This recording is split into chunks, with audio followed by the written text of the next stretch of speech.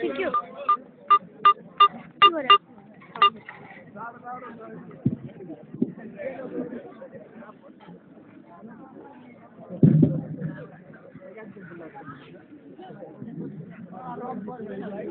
छोरीलाई बोलाउ न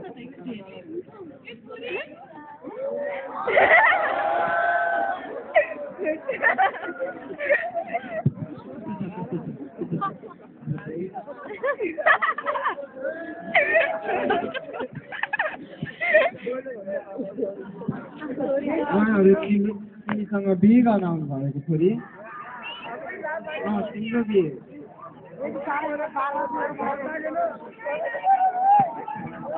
भन्नु हुँदैन छोरी यो तिमीले गर्नै पर्छ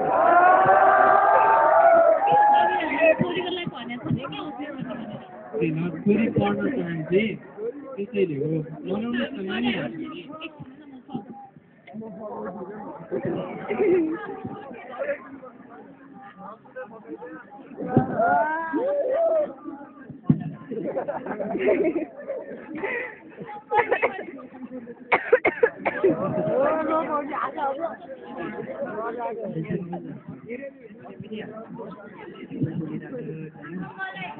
आमा मलाई उनीहरूले पढाउनु त हुन्छ नि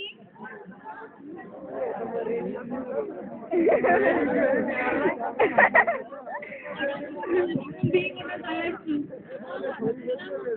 नपढाउँछ ल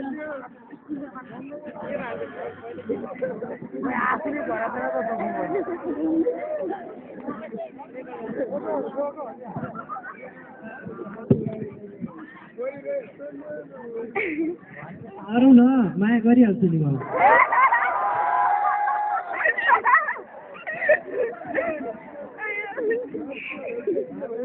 यो कुरा मिलिहाल्यो अब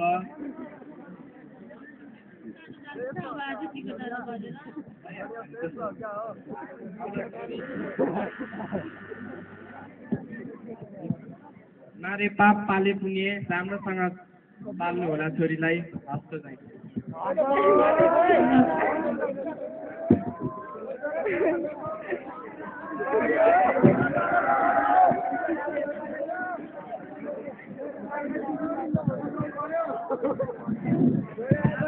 आखिर कतिन्जेलसम्म यसरी नेपाली समाजमा चेलीबेटी बेचबिखन चलिराख्ने हो आफ्नै बाबुले छोरीलाई किन पैसाको नमित दिन प्रतिदिन बेच्छन् किन यस्तो चलिरहेछ हामीहरूले पक्कै नै आवाज उठाउनुपर्छ महिलाले पनि केही गर्न सक्छन् भने किन पुरुषहरूले बुझ्न सक्दैनन् किन पुरुषहरूले नबुझ्याउ आखिर महिला पनि त मानिसले हुन् तिनीहरूले पनि त केही गर्न सक्छन् भन्ने किन सोच राख्न नसकियो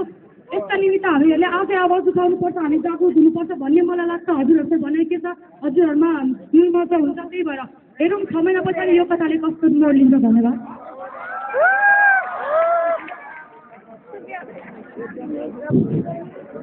आमा